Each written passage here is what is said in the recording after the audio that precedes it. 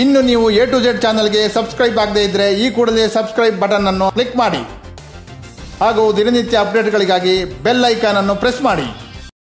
ಸಂಡೂರು ಪಟ್ಟಣದ ಸರ್ಕಾರಿ ಪ್ರಥಮ ದರ್ಜೆ ಕಾಲೇಜಿನ ಉಪನ್ಯಾಸಕರು ಇಂದು ತಹಶೀಲ್ದಾರ್ ಮೂಲಕ ಮಾನ್ಯ ಮುಖ್ಯಮಂತ್ರಿ ಅವರಿಗೆ ಸೇವಾ ಭದ್ರತೆಯನ್ನು ಮಾಡಬೇಕು ಎಂದು ಮನವಿ ಪತ್ರವನ್ನು ಸಲ್ಲಿಸಿದರು.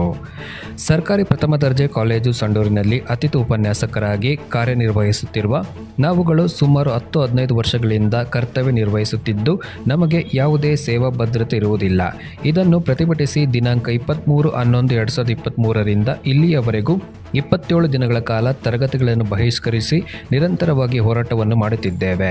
ಹಲವಾರು ವರ್ಷಗಳಿಂದ ಸರ್ಕಾರಕ್ಕೆ ಪ್ರತಿಭಟನೆಯ ಮೂಲಕ ಮನವಿ ಮಾಡಿಕೊಂಡರೂ ಇದಕ್ಕೆ ಯಾವುದೇ ಉತ್ತರ ಸರ್ಕಾರದಿಂದ ಬಂದಿಲ್ಲ. ಸರ್ಕಾರಿ ಪದವಿ ಕಾಲೇಜುಗಳಲ್ಲಿ ಸುಮಾರು 100ಕ್ಕೆ 90ರಷ್ಟು ಪದವಿ ಕಾಲೇಜುಗಳು ಅತಿಥಿ ಉಪನ್ಯಾಸಕರು ಸೇವೆಯನ್ನು ಅವಲಂಬಿಸಿವೆ ಮತ್ತು ಕಾಲೇಜು ಬೆಳವಣಿಗೆಗೆ ಹಾಗೂ ವಿದ್ಯಾರ್ಥಿಗಳ ಭವಿಷ್ಯಕ್ಕೆ ದಾರಿದೀಪಗಳಾಗಿದೆ. ನಾವುಗಳು ಬೀದಿಯಲ್ಲಿ ನಿಂತು ಬೇಡಿಕೊಳ್ಳುವ ಸ್ಥಿತಿಗೆ ತಂದಿರುವುದು ಸರ್ಕಾರಗಳಿಗೆ ಶೋಭೆ ತರುವಂಥದ್ದಲ್ಲ.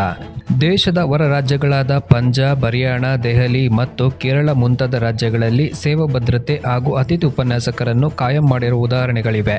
ಅದರಂತೆಯೇ ಕರ್ನಾಟಕ ರಾಜ್ಯದಲ್ಲಿ 11,000ಕ್ಕೂ ಹೆಚ್ಚು ಅತಿಥಿ ಉಪನ್ಯಾಸಕರು ಪದವಿ ಕಾಲೇಜುಗಳಲ್ಲಿ ಕಾರ್ಯನಿರ್ವಹಿಸುತ್ತಿದ್ದು ಸರ್ಕಾರವು ಈ ವಿಷಯವನ್ನು ಗಂಭೀರವಾಗಿ ಪರಿಗಣಿಸಿ ಅತಿಥಿ ಉಪನ್ಯಾಸಕರ ಸೇವಾ ಭದ್ರತೆಗೆ ಅಥವಾ ಸೇವಾ ಸಕ್ರಮಾತಿಗೆ ಒಳಪಡಿಸಿ 11,000 ಕುಟುಂಬಗಳ ನ್ಯಾಯೋಚಿತ ಬೇಡಿಕೆಯನ್ನು ತಮ್ಮ ಮೂಲಕ ಸರ್ಕಾರಕ್ಕೆ ಮನವಿಯನ್ನು ಸೂಕ್ತ ಕ್ರಮಕ್ಕೆ ರವಾನಿಸಲು ಈ ಮೂಲಕ ವಿನಂತಿಸುತ್ತೇವೆ ಎಂದು ತಿಳಿಸಿದರು.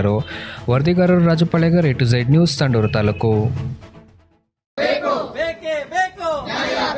ಅತಿಥಿ ಉಪನ್ಯಾಸಕರ ಹೋರಾಟಕ್ಕೆ ಎಲ್ಲಿಯವರೆಗೆ ಹೋರಾಟ,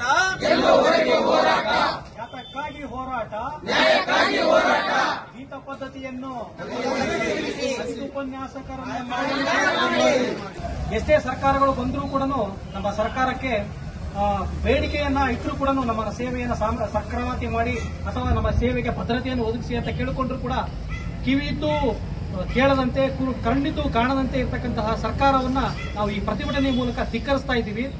ಸೊ ನಮ್ಮ ಉದ್ದೇಶ, ನಮ್ಮ ಕಳೆದ 27 ದಿನಗಳಿಂದ ನಾವು ಈ ಪ್ರತಿಭಟನೆ ಕಾಯಂಗಾಗಿ ಪ್ರತಿಭಟನೆ ಅಂತಕ್ಕಂತಹ ಅಜೆಂಡಾದಲ್ಲಿ ಸರ್ಕಾರಿ ಪದವಿ ಕಾಲೇಜುಗಳ ಸಂಘದ ರಾಜ್ಯಾಧ್ಯಕ್ಷರ ಮನವಿಯ ಓರ್ಗೊಟ್ಟು ನಾವು 27 ದಿನಗಳಿಂದ ನಾವು ಸತತವಾಗಿ ಹೋರಾಟವನ್ನು ಮಾಡ್ತಾ ಬಂದಿದ್ದೀವಿ. ಅದಕ್ಕೆ 27 ದಿನಗಳಿಂದಲೂ ಸರ್ಕಾರ ಯಾವುದೇ ಕ್ರಮವನ್ನು ಕೈಗೊಳ್ಳದೆ ಮೌನ ವಹಿಸಿರುವುದು ಶೋಚನೀಯ ಸಂಗತಿ ಅಂತಕ್ಕಂಥದ್ದನ್ನು ನಾನು ಹೇಳಬಯಸ್ತಾ ಇದ್ದೀನಿ. ಸೊ ನಮ್ಮ ಉದ್ದೇಶ ಇಷ್ಟೇ, ನಮ್ಮ ಸೇವಾ ಸಕ್ರಮತೆಯನ್ನು ಮಾಡಬೇಕು, ನಮಗೆ ಸೇವಾ ಭದ್ರತೆಯನ್ನು ಒದಗಿಸಿಕೊಡಬೇಕು ಅಂತ ಸರ್ಕಾರದಲ್ಲಿ ಈ ಮೂಲಕ ನಾವು ಮಾನ್ಯ ತಹಶೀಲ್ದಾರರಿಗೆ ಮನವಿ ಕೊಡೋದ್ರ ಮೂಲಕ ನಾವು ಅವರಿಗೆ ಸರ್ಕಾರಕ್ಕೆ ಮನವಿಯನ್ನು ಸಲ್ಲಿಸ್ತಾ ಇದ್ದೀವಿ. ಎಲ್ಲಿಯವರೆಗೆ ಹೋರಾಟ, ಎಲ್ಲಿಯವರೆಗೆ ಹೋರಾಟ, ಅತಿಥಿ ಉಪನ್ಯಾಸಕರನ್ನು ಧಿಕ್ಕರಿಸಿದ ಸರ್ಕಾರಕ್ಕೆ ಧಿಕ್ಕಾರ, ಧಿಕ್ಕಾರ, ಸರ್ಕಾರಕ್ಕೆ ಧಿಕ್ಕಾರ. ಇನ್ನು ನೀವು A to Z ಚಾನೆಲ್ಗೆ ಸಬ್ಸ್ಕ್ರೈಬ್ ಆಗದೇ ಇದ್ದರೆ ಈ ಕೂಡಲೇ ಸಬ್ಸ್ಕ್ರೈಬ್ ಬಟನ್ ಅನ್ನು ಕ್ಲಿಕ್ ಮಾಡಿ ಹಾಗೂ ದಿನನಿತ್ಯ ಅಪ್ಡೇಟ್ಗಳಿಗಾಗಿ ಬೆಲ್ ಐಕಾನ್ ಅನ್ನು ಪ್ರೆಸ್ ಮಾಡಿ.